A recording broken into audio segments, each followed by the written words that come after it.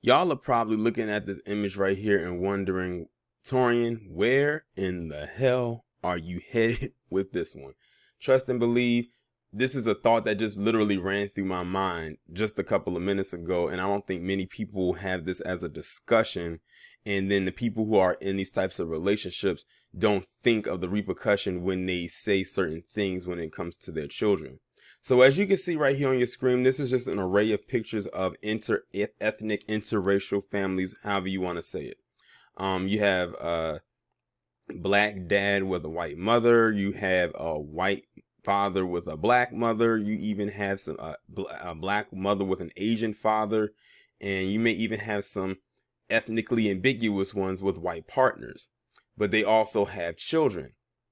Now, this thought literally just came to me right quick. I've always said that, look, if you're going to date who you want to date, just do that and just go on about your day. But one thing that always got me when it came to interracial or interethnic relationships is more so of what the parent could be teaching the offspring. And one line in particular that I would hear that would literally turn me away from that is if I hear any parent say, and this is before the child is even born, I cannot wait. This is the line. I cannot wait to have beautiful mixed babies or beautiful mixed children, or people will fantasize about that before they're even in a relationship, if they even get into a relationship with a person of another group.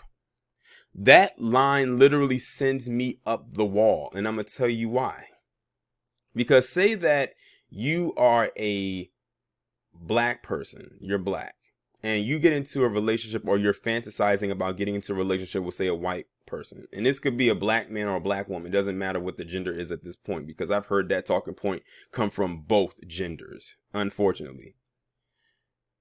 You have this notion that if you have a mixed child, that they will grow up in the world and will not be seen as you are seen. Granted, they may be lighter in pigment because of the admixture there, but there's also no guarantee that they're going to come out looking like the white parent, but they could have a little bit of a darker hue and still look like you. That's where the self-hate comes in at that point. But one thing I hate is when I hear that, because that lets me know right off the bat what they're not going to teach that child. They're not going to teach that child about what goes on in society as it pertains to what I like to call dub S and racism and other systemic issues that black people face. And I think a lot of people do that and get into these relationships with the intent of hopefully their child will not have to go through that. I've heard stories where people who are lighter skinned or even mixed or biracial who have gone through these type of things. The only thing is, the reason why you don't see it as much is because the media doesn't cover all of those. They'll put the same aesthetic black person up there who looks like an actual black person, brown skin, dark skin, what have you. You rarely see someone who is of lighter tone get put out there who faces police brutality, but they do. As a matter of fact, the guy who, and I've talked about him on my channel a lot, the guy who was, I believe in Georgia, who had mental issues, and he walked around naked, no clothes on. He was light skinned. He was light skinned in complexion. If I can compare him to, he was probably like the same skin tone as probably Colin Kaepernick. And we all know Colin Kaepernick has a white mother and a black father, but he knows who he is. And they have treated him as such, use him as a catalyst. Now that one guy that got killed, he wasn't a dark skinned guy or a brown skinned guy. He was light skinned in color. But they didn't really put it out there like that, but I remember it. But let me use Colin Kaepernick as an example. Look at how they treated him when he talked about police brutality.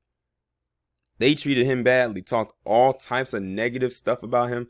He even got what people say whiteballed out of the NFL and basically wasn't working for them again, of course, to their own detriment, because their ratings started to drop, and he ended up still getting notoriety and is still getting notoriety. I think he got some kind of a deal recently, if I'm not mistaken. So he's doing fairly well outside of the NFL. But you saw what happened with that because he told the line. See, the thing is, he's a person of mixed heritage and who was raised by a PC family in a suburb. He's not supposed to talk about these type of things. He's supposed to be above the fray, as they would say.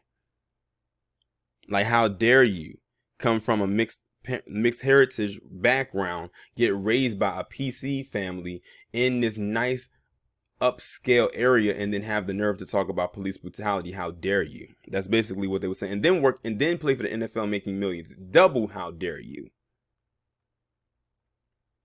But that's one issue I've always had when it came to inter-ethnic relationships is the fetishizing of having mixed children. Because the minute that they lead with that notion, I already know they're about to set their kids up for failure, and they're not even here yet. Because I can only imagine what, like I said before, what they're not going to teach their children. They're going to, I wish I could be a fly on the wall in a household for one day to see how they deal with their children versus how a traditional black family deals with their children. Because I'm going to be honest with you. I have yet to meet or come across a Dub-S individual who was staunch racist refer to a light-skinned person as a cracker. They didn't call Colin Kaepernick a cracker. They called him an N-word. Whether it was with the A or the ER, and I bet you many of them said with the ER. And you have a lot of people out here who could pass, but those features give it away. Look at Logic. Logic could easily pass, but it's certain features, it's certain facial features on him that give it away. His nose and his mouth. I've always told you, if you want to tell somebody who has some melanin in them, even though they're very, very, very light, look at three things: the hair texture, the nose structure, if they have a wide nose, and those full lips. He has, as far as I know, 2 out of the 3. He didn't really, the hair is kind of more so on his mother's side, But when I looked at him, I had to squint a little bit. I said, something about him looks a little shaky. Not like that, but I always say that when it comes to someone who looks like ethnically ambiguous, quote unquote. And then I said, I wonder if he has a black parent. And so I went and looked it up, and I was like, sure enough, his dad is black.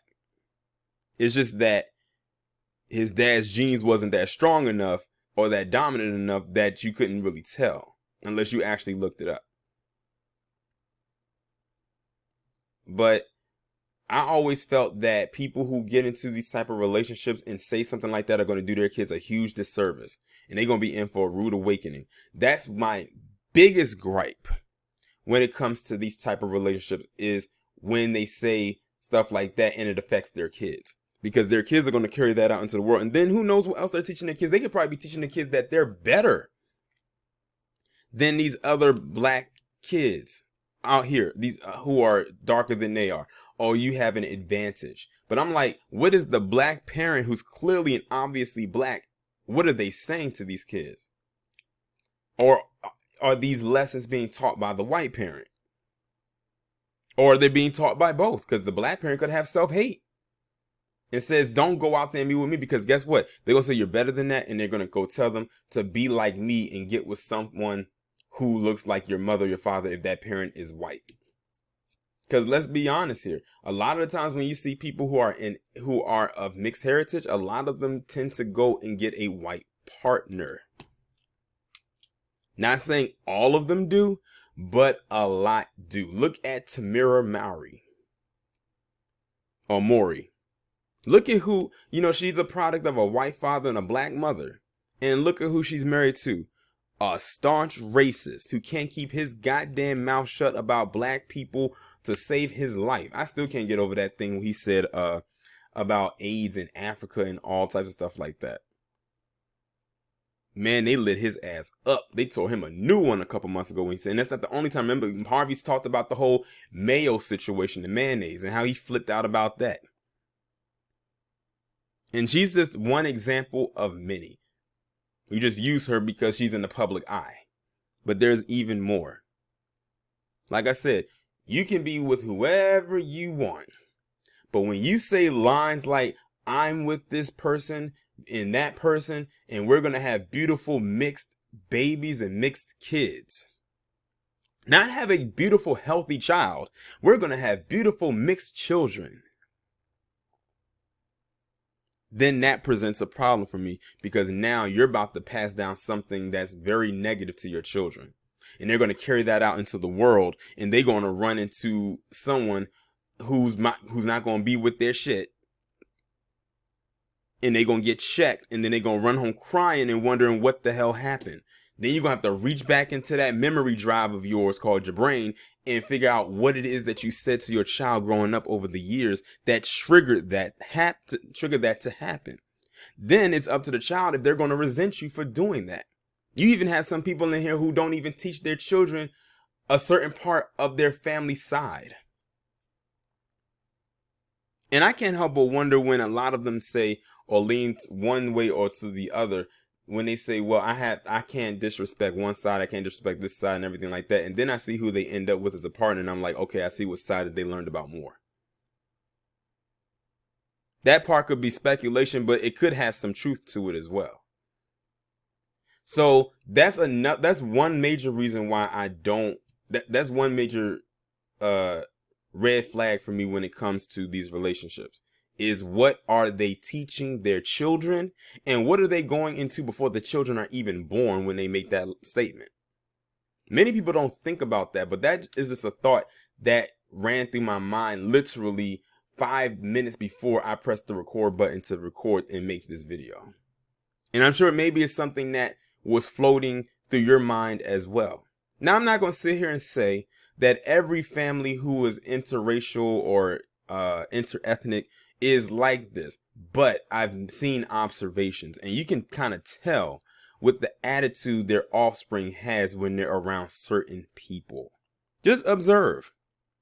That's all you got to do, is just observe. But y'all let me know what y'all think about this down in the comments. Like, share, subscribe, and I will talk to you in the next one.